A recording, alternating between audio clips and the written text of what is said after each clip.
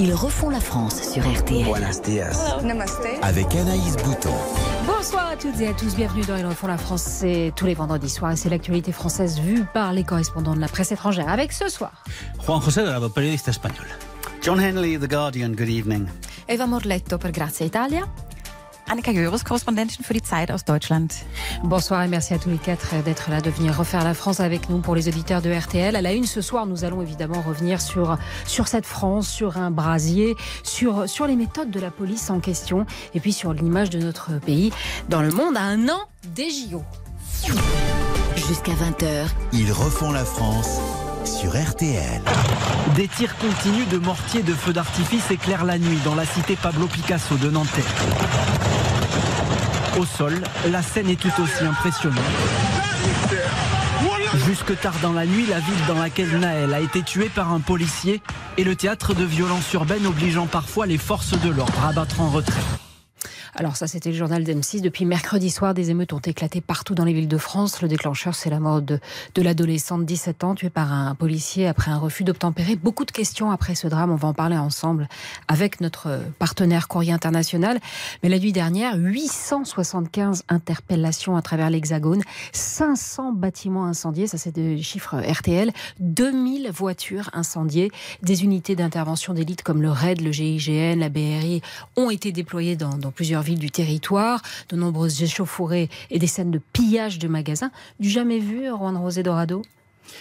Du jamais vu, non, parce qu'effectivement, on se rappelle tous 2005 et ce qui s'était passé, mais c'est du jamais vu pour nous, pour la plupart des journalistes, et pour que, notamment en Espagne, ce type de scènes, on les voit pas. Ce type d'émeutes sur plusieurs jours, voire plusieurs semaines, comme en 2005, on n'a pas souvenir de ça en Espagne. Il y a de la violence policière, il y a des manifestations qui se terminent mal, mais ce type d'émeutes dans des quartiers sensibles, c'est très rare en Espagne. Je pense que pour mes confrères, ils vont s'expliquer comment ça se passe dans leur pays. Donc, on l'a déjà vu en France. Parfois, on a du mal à expliquer pourquoi et comment, parce que quand je fais des émissions radio pour l'Espagne, vous écrivez un papier, et les Espagnols ont l'impression qu'effectivement c'est un climat de guerre que la France vit, et c'est vrai que les images qu'on véhicule, images télé notamment, montrent effectivement ce type d'affrontement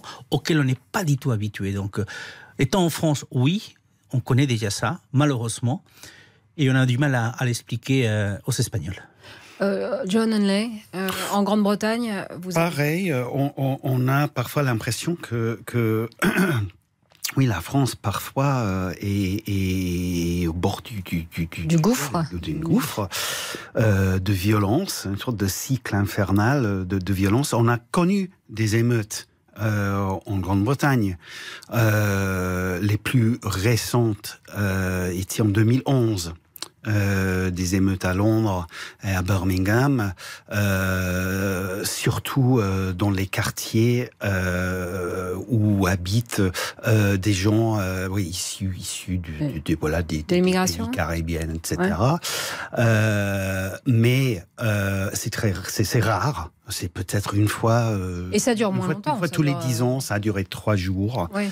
Mais c'est vrai que on a, pour l'étranger, je pense que pour beaucoup de l'étranger, certainement en Grande-Bretagne, il retient les images des manifestations pendant les Gilets jaunes, des manifs plus récemment contre la réforme des retraites, oui, on a. Moi, j'ai des copains qui visitent de Londres, qui appellent avant pour dire est-ce que c'est safe, est-ce que je peux venir, est-ce que je vais pas être. Est-ce que c'est dangereux? Alors, les choses ont changé. Vous parliez de 2005. C'est ce qu'expliquait Driss Etazaoui, vice-président de l'association des maires villes et banlieues. Il était ce matin chez Amandine Bégaud. Il y a quand même une différence importante entre 2005 et aujourd'hui. On a des vidéos, il y a des images, et ces images, elles ont mobilisé, elles ont créé un émoi, un choc. Le deuxième sujet qu'on n'avait pas en 2005, c'est la prégnance des réseaux sociaux. Et aujourd'hui, tout le monde est connecté et interconnecté. Et donc, la mobilisation, l'organisation de ces événements, de ces violences, eh bien, elle se fait à travers Snapchat, elle se fait à travers les réseaux sociaux, et donc c'est pour nous très compliqué, et c'est la raison pour laquelle nous redoutons d'une part la contagion, mais également l'intensité de ces violences. Vous la redoutez aussi, Eva Morletto, de votre regard d'italienne sur ces violences. Tout à fait, parce que ce qui est impressionnant, c'est effectivement l'organisation de ces émeutiers, dans le sens qu'il y a un fait. Là, donc, ce contrôle de police qui tourne au meurtre d'un jeune de 17 ans, qui tourne au drame. Et tout de suite après, il y a l'indignation tout à fait légitime. Et tout de suite après, il y a cet embrasement collectif des banlieues, des villes françaises, d'une manière très très rapide. Et donc, qui présume une organisation assez efficace, que ce soit les réseaux sociaux qui soient mis en jeu, ça c'est un fait. Le président de la République a appelé à la responsabilité des réseaux sociaux. Tout à fait. Justement. Et alors, par contre, ce qui est intéressant, c'est que justement, comme on est dans l'époque de l'image, il y a une vidéo de ce qui s'est passé, ce qui peut éviter aussi des prises de position qui ont été de l'huile sur le feu en 2005, notamment la fameuse phrase de Nicolas Sarkozy qu'il faut nettoyer les banlieues au Karcher. Ça, je pense qu'aujourd'hui, ça serait inenvisageable, sauf pour quelqu'un qui veut faire un suicide politique. Mais le fait que l'exécutif a pris une position assez responsable parce qu'il y a cette image et parce qu'on ne peut pas les nier, ça, c'est plutôt, disons, une note positive des réseaux sociaux et du fait qu'il y a des témoignages. Ça existe aussi en Italie, ce genre d'émeute qui dure, où on casse tout. Je suis d'accord avec mes autres collègues, c'est moindre dans le sens qu'on a eu un épisode donc, qui a énormément marqué les Italiens. C'était en 2001, c'était le G8 de Gênes. Oui. C'est là où il y avait eu un manifestant qui est mort parce qu'il avait essayé de jeter un extincteur sur un policier qui était pris de peur. C'était très jeune. C'est là aussi qu'on a revu un peu l'organisation de la police. Et il y a eu surtout les crimes faits par les policiers dans la caserne Diaz, où des jeunes ont été pris en otage et torturés par la police. Ces faits-là ont énormément marqué et l'opinion publique et les classes politiques, et du coup, on a revu un peu. Dans le sens qu'aujourd'hui, quand il y a des manifestations, par exemple, c'est souvent sont encadrés par des unités de police, que c'est la fameuse Digos. Tous les manifestants craignent ce type de police parce qu'ils sont très efficaces, ils ont une formation particulière. C'est les mêmes qui interviennent aussi dans les stades de foot, parce que nous, on a des groupes très organisés, des tifosi qui parfois peuvent être dangereux.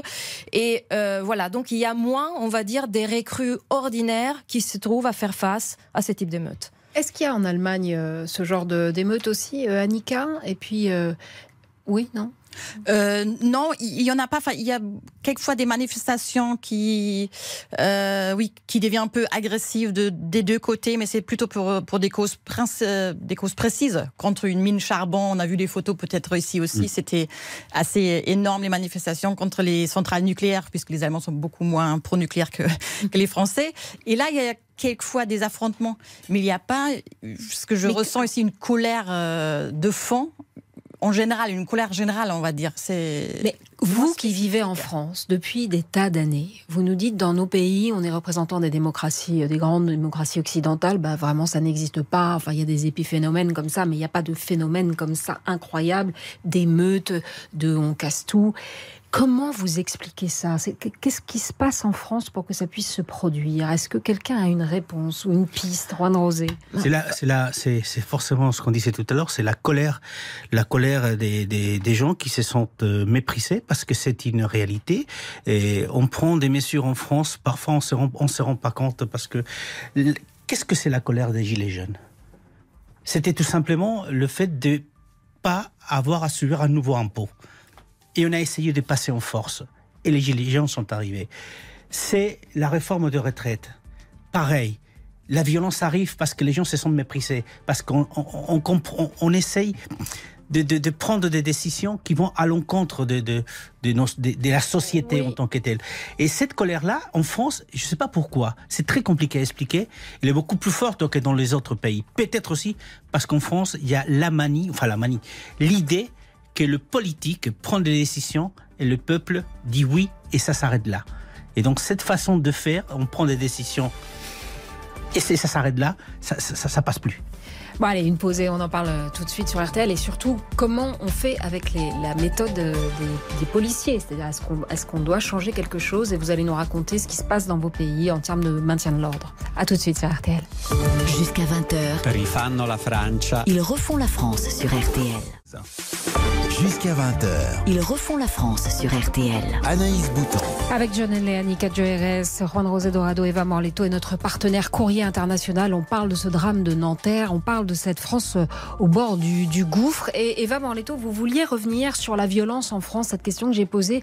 Qu'est-ce qui se passe dans ce pays, dans cette démocratie européenne, un peu comme les autres? Finalement, non, elle n'est pas tellement que ça comme les autres. En fait, j'ai l'impression d'une dérive de quelque chose qui était assez sain, c'est-à-dire cette attitude des Français à protester quand ils sont pas d'accord avec quelque chose. Cette tradition de descendre dans la rue est vraiment emblématique de la France. Ça n'existe pas en Italie. C'est-à-dire, on fait passer les lois de façon assez, lisse, alors qu'ici, on proteste, on se bloque et on proteste. Ceci, dans ces dernières années, c'est devenu quelque chose d'incendiaire. C'est quelque chose qui a vraiment rendu les âmes hypersensibles et peut déclencher ce type de phénomène de violence. Mais là, on est encore dans un autre contexte. C'est dans le contexte des banlieues qui descendent sur un crime qui est considéré comme une énième, mépris de la part des forces de l'ordre, donc de l'État, sur quelqu'un qui appartenait à une banlieue, qui appartenait à un type de société qui est considéré comme défavorisé et méprisé. Ça peut être un détonateur pour certains, ça peut être aussi un prétexte pour d'autres. Tout à fait, tout à fait, tout à fait. Annika, je suis d'accord avec ça. Oui, moi je pense qu'il y a une cause plus profonde que ça. C'est un peu la promesse d'égalité qui n'est pas tenue en France. Je pense qu'il y a toujours, partout sur les écoles, on voit égalité, égalité. En même temps, on crée des écoles d'élite, des hiérarchies. On fait plein de concours dès le plus jeune âge. Parcoursup, il y a plein d'autres déjà en maternelle, je sais pas, ça va très loin, et des concours où je pense la jeune génération des banlieues, ils font pas partie de ces concours, ils vont pas être dans des bonnes universités et tout ça, donc c'est une déception dès leur jeune âge de la promesse. Oui, la France promesse vous fait à l'aube une promesse qu'elle ne tient pas. C'est un peu un livre de Romain Gary. Très belle promesse, mais qui n'est pas tenue, je pense. Alors, le drame de Nanterre soulève de nombreuses interrogations sur la formation, les modes d'intervention des policiers. On écoute la première ministre. Les images particulièrement choquantes du contrôle de Naël donnent à penser que le cadre d'intervention légale n'a pas été respecté. Mais seule la justice le dira et nous en tirerons évidemment toutes les conséquences. Donc elle dit: la justice va passer. Moi, ce qui m'intéresse, c'est de savoir, chez vous, comment ça se passe, la formation des policiers, parce que en France, c'était un policier. Ce policier est un ancien militaire de Belfort. Il a 38 ans. Il est devenu motard dans la compagnie territoriale de sécurité routière des Hauts-de-Seine il y a un peu plus d'1 an. C'est un fonctionnaire aguerri, expérimenté, qui avait même reçu 8 lettres de félicitations, une médaille de la sécurité intérieure, 2 décorations pour actes de courage et de dévouement en décembre 2020, parce que il a aussi participé à maintenir l'ordre sur les manifs gilets jaunes, retraite, etc. Donc, on peut pas nier son engagement, peut-être. Donc, est-ce qu'il y a un problème dans la formation des policiers en France ? Est-ce que vous parlez de violence policière ou est-ce que vous parlez de violence de certains policiers, John ? Il y a une énorme différence. Je pense qu'il faut souligner tout de suite en Grande-Bretagne. Je ne dis pas du tout que la police française, britannique est parfaite. Elle ne l'est pas. Il y a du racisme, il y a misogynie, il y a de l'homophobie, tout ce que vous voulez. L'humanité tout entière, exactement, en fait. Mais il y a que 4% de la police britannique qui porte une arme.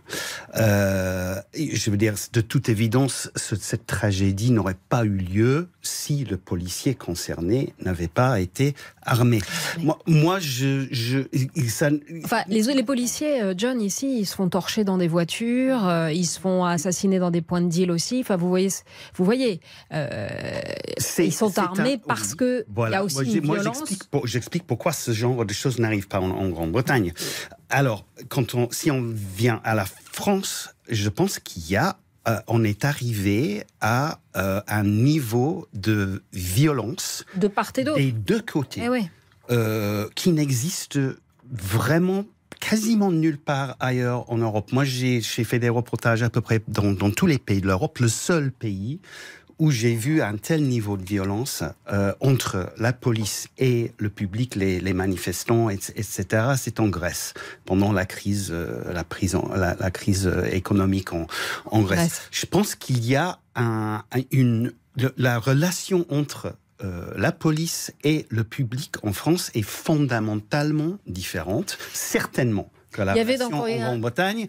Et en Grande-Bretagne, la police, elle est là pour servir et protéger. Mais comment ils font alors quand il y a un refus d'obtempérer ou quand il y a une tactique ou une stratégie toujours de désescalation. Alors qu'en France, moi, ce que je constate, c'est qu'il y a une tactique qui semble avoir une tactique vraiment réfléchie de confrontation, parfois d'escalation.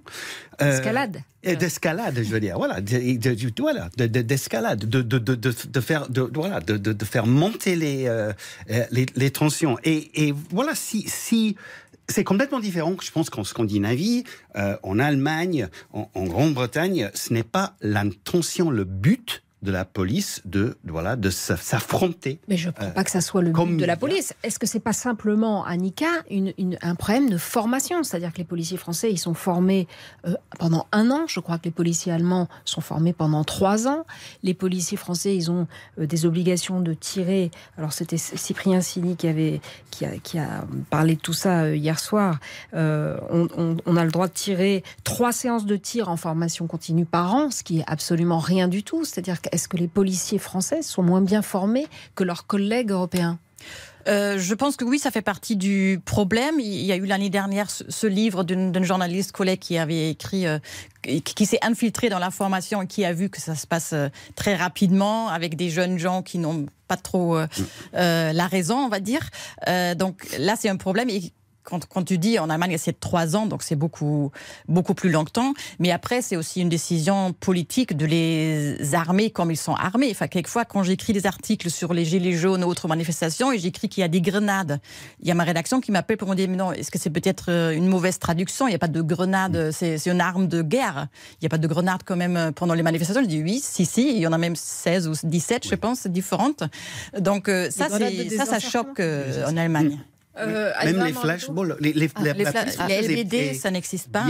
Elle est plus armée que la plupart des forces de police en Europe, et ils utilisent des armes qui, dans la plupart des d'autres pays en Europe, sont soit interdites, soit très, très, très rarement utilisées. Après, je pense qu'il faut faire une distinction entre les armes qui parfois, effectivement, ont été interdites même par Genève, par la Convention de Genève, et qui sont utilisées dans les manifestations, et par contre, l'arsenal que parfois est nécessaire pour agir dans des banlieues où c'est très difficile. Les policiers, depuis des années, ont un travail très difficile. Il y a des banlieues livrées à eux-mêmes, où c'est des grands bandits qui font la loi sur le deal de drogue, etc. Et donc là, c'est indispensable quand même qu'il y a il faut considérer quand même une chose, c'est que la police française est aussi épuisée. Ça fait depuis 2015, on a vécu les attentats, après il y a eu les gilets jaunes, après on est en sous-effectif, parce qu'il faut considérer aussi qu'on a fermé beaucoup de commissariats, il y a moins de hiérarchie, on a voulu faire un système pyramidal au lieu de faire comme c'était avant, et depuis, je crois, en 1995, on ferme des commissariats. Et ce qu'on constate, c'est qu'il y a moins, disons, des gradés qui sont sur le terrain, et qui peuvent faire contenir certaines actions des jeunes recrues. Ça, il n'y est plus. Donc, il y a une vigilance de la part des gradés qui est moins sur les actions, et ça peut aussi contribuer à cet état de fait. Allez, une pause, et dans un instant, on revient sur les événements en ce moment en France et le regard de nos amis de la presse étrangère. À tout de suite sur RTL. RTL. Remaking France. Avec Anaïs Bouton. Jusqu'à 20h. Ils refont la France sur RTL. Anaïs Bouton. Avec John Henley, Annika Joeres, Juan José Dorado et Eva Morletto. Respecter l'ordre, c'est tout. D'accord. Donc moi, ça explique pas tout ce bazar. C'est impossible. Presque tout a brûlé. Et j'en suis tout émue. Je trouve ça dommage qu'on prenne les gens en otage comme ça. Il y aura peut-être d'autres façons de discuter sur ce genre de problème que de mettre des gens dans l'embarras pour aller travailler le matin. Alors la France qui s'embrase après la mort d'un jeune homme de 17 ans mardi dernier à 8h30 du matin après un refus d'obtempérer au volant d'une voiture de location. Juan José Dorado, vous vouliez revenir sur ce problème de formation de la police en France. Oui, la première des choses, et je vais à l'encontre de ce qu'il disait John, c'est qu'en Espagne, la police municipale est armée, toute la police municipale, la police régionale est armée, la police nationale est armée et la garde civile est armée. Alors, j'ai cherché le nombre des victimes en Espagne en 2022. 15 victimes sur des tirs de police. Aucune des victimes, c'était pour refus d'obtempérer. C'était des affrontements, des échanges de tirs avec des délinquants ou des policiers attaqués avec des armes blanches. Aucune victime par refus d'obtempérer sur les dernières années en Espagne. Alors pourquoi en France, on en a 13 l'année dernière, 2022, et aucune en Espagne, et très peu dans les autres pays européens? 26 000 refus d'obtempérer en France en 2021, c'est-à-dire plus de 70 par jour, qui ont entraîné 157 tirs. Et c'est là où je suis d'accord avec John par contre, c'est sûr qu'en Espagne, on cherche la désescalade, et donc une voiture qui parte, on ne tire pas sur la voiture. Parce que le risque, c'est qu'elle peut écraser quelqu'un. Si tu tires sur la voiture, tu risques de tuer le passant qui est devant la voiture aussi. Donc, on ne tire pas sur la voiture. Donc, il y a un problème de formation en France, parce qu'en Espagne, les policiers, déjà, le concours d'entrée à la police est extrêmement compliqué. Parfois, il faut se préparer 2 ans pour pouvoir passer le concours pour accéder à la police. Quand tu es à l'académie, tu fais une année... gardien de la paix aussi. Gardien de la paix. Tu fais une année de formation. Et après...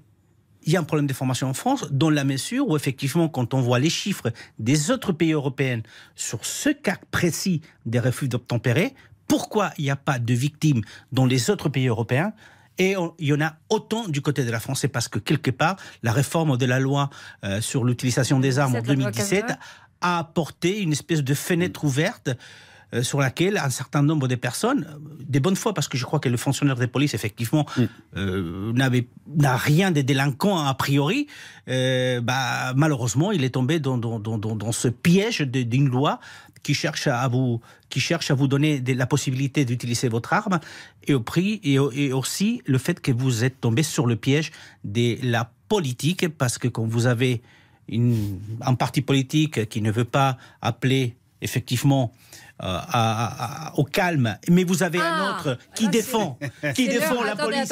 Coûte que coûte. Je crois que Éric Dupond-Moretti, il était hier soir sur le plateau de 7 à vous. Je crois qu'il est d'accord avec vous, Rose. On écoute Éric Dupond-Moretti. Tous ceux qui depuis des mois critiquent la police, la justice, police et justice dans la même barque républicaine, sont les complices moraux, et je pèse mes mots, de ceux qui commettent ces exactions. Parler de Jean-Luc Mélenchon, entre autres. Eh oui, il part de Jean-Luc Mélenchon, et vous aussi. Je parle de Jean-Luc Mélenchon dans la façon où France Insoumise n'a pas appelé de façon générale à calmer le jeu, mais je parle aussi d'Éric Ciotti, du côté des Républicains, qui se met du côté de la police, et peu importe, c'est du corporativisme, on n'essaye pas de comprendre ce qui s'est passé, et donc la police est tombée aussi dans le panneau, parce que quand les Républicains vous défendent coûte que coûte, sans se poser la question des responsabilités, ils sont aussi fautifs que la France Insoumise, quand elle se met du côté, dans ce cas précis, des victimes, sans chercher à comprendre. Mais il n'y a pas une question aussi d'aménagement du territoire? Parce que je voulais vous demander à vous, est-ce que vous avez ces espèces de très très grandes barres à la sortie des villes, et même parfois loin des villes? Est-ce que vous avez ces sortes de ghettos au sortir des villes qui sont une concentration de pauvreté, de chômage, et qui font aussi monter comment dirais-je, l'émeute, quoi, John? Il y en a en Angleterre. Il y a des cités en Grande-Bretagne, elles sont moins importantes qu'en France, et surtout il n'y a pas eu cette politique française dès les années 50, 60, avec l'arrivée massive du main-d'œuvre de l'étranger, de construire des cités en dehors des grandes villes. Cette politique-là n'a jamais existé en Bretagne. Les villes sont beaucoup plus mélangées. On peut, par exemple, à Londres, on peut avoir des petites cités, des rues d'HLM, si vous voulez, au cœur de la cité. À côté des maisons à 3 millions d'euros. Même chose en Allemagne, où il y a des cités. C'est un peu comme ça. Moi, je viens de la Ruhr, donc une zone assez pauvre, post-industrielle. Voilà, qui n'a plus d'industrie, donc il y a beaucoup de chômage, beaucoup de pauvreté. Et là, on a aussi des quartiers qui sont majoritairement habités par des gens qui venaient à l'origine de la Turquie, plutôt pour nous. Mais il n'y a pas les bars, il y a pas, ça se mélange un peu plus avec le paysage. On voit qu'il y a moins d'argent que dans les autres quartiers plus bourgeois, on va dire, mais il n'y a pas d'émeute non plus, il n'y a pas danger non plus d'y entrer après 23 heures. Enfin, il n'y a pas cet isolement Pablo Picasso et non plus près de Rome. Si, il y en a, parce que les cités ont été construites en Italie pendant les années 50, 60, quand l'immigration n'était pas une immigration étrangère, mais venait du sud pour aller travailler dans les villes du nord. Donc dans les villes du nord, notamment, il y a des grands quartiers des pouilles de à banlieue, Milan, quoi. Exactement, de Sicile, de la Campanie, qui venaient pour travailler dans les grandes usines automobiles, etc. Et ces quartiers sont restés, et aujourd'hui, tout naturellement, ça s'est fait la substitution. C'est resté un prolétariat italien, mais aussi avec des familles issues de l'immigration. Parfois ça se passe bien, parfois ça se passe un peu moins bien, mais ce qui est important de dire, c'est qu'en Italie, c'est encore très important dans ce genre de quartier, les tissus associatifs. Et qu'en France, par contre, depuis, disons, 2 décennies, c'est effrité progressivement, ce qui fait que la seule présence dans ces quartiers de l'État reste une présence militaire, reste la présence des policiers. Et donc c'est pour ça aussi, peut-être, que le regard des gens qui vivent dans ces quartiers envers de l'État, c'est un regard méfiant. Et il faudrait réinstaller, c'est d'ailleurs déjà à la base du discours, vous vous rappelez, des associations islamistes qui avaient pris la place de ces associations. Il y a encore des gens qui se battent, on les a entendus pas mal sur RTL pendant toutes les soirées là, qui viennent se et qui se battent et qui se plaignent du manque de moyens. Oui, c'est vrai. Bon, allez, une pause, et dans un instant, on parle de l'image de la France dans le monde. C'est quand même incroyable. À 1 an des JO, les amis. Allez, à tout de suite sur RTL. RTL. Sie erfinden Frankreich neu. Ils refont la France. Avec Anaïs Bouton. Jusqu'à 20h. Ils refont la France sur RTL. Anaïs Bouton. John Henley, Annika Joeres, Juan José Dorado et Eva Morleto. Et un petit tour sur les chaînes étrangères, ce qu'on a pu entendre quelques secondes. Frankreich kommt einfach nicht zur Ruhe. Tonight, fires across France. One protester telling us this is a war. Et ouais, this is a war. Après 3 nuits d'émeutes suivant la mort de Naël lors d'un contrôle routier, le Royaume-Uni, par exemple, et la Norvège ont mis en garde leurs ressortissants en France. Et aujourd'hui, l'ONU a demandé à Paris de se pencher sur les problèmes de racisme au sein de ses forces de l'ordre. C'est normal, ça, Juan José Dorado ?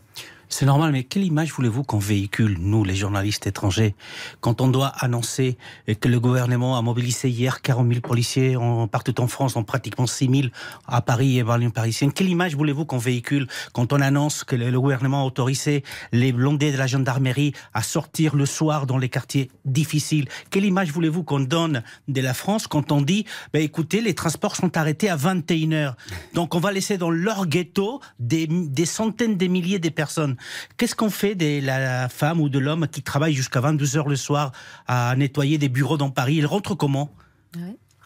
Mais quelle image on va donner de la France? Vous êtes en couleur là. Annika Joeres, vous étiez à Nanterre aujourd'hui. Racontez-nous un peu l'atmosphère là, dans la ville, dans la cité. C'était complètement différent de ce que j'ai cru, puisque c'était hyper calme. J'ai vu très peu de personnes, très peu de voitures ni vélos. Je pense qu'ils sont tous garés ailleurs pour mettre à l'abri leur véhicule. Et par contre, plein de magasins fermés qui ont mis des planches de bois devant eux, les cafés et tout ça. J'ai parlé avec quelques jeunes qui m'ont paru... je pense maintenant il y a un mélange de fatigue aussi. Quand on parle avec les jeunes garçons là, qui sont fatigués, en même temps un peu d'adrénaline parce qu'ils veulent un peu venger Naël, c'est ce qu'ils m'ont dit. Et il y a surtout, j'ai pas rencontré une personne qui a dit que ça va s'arrêter. Enfin, tout le monde pense que ça va durer parce qu'ils voient pas, et moi non plus, ils voient pas d'issue directe.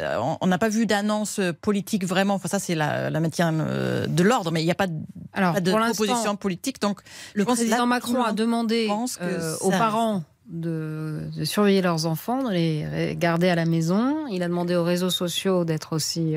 Voilà. John, ça vous fait sourire? Bonne chance. Bonne chance, vous dites. Ah ouais.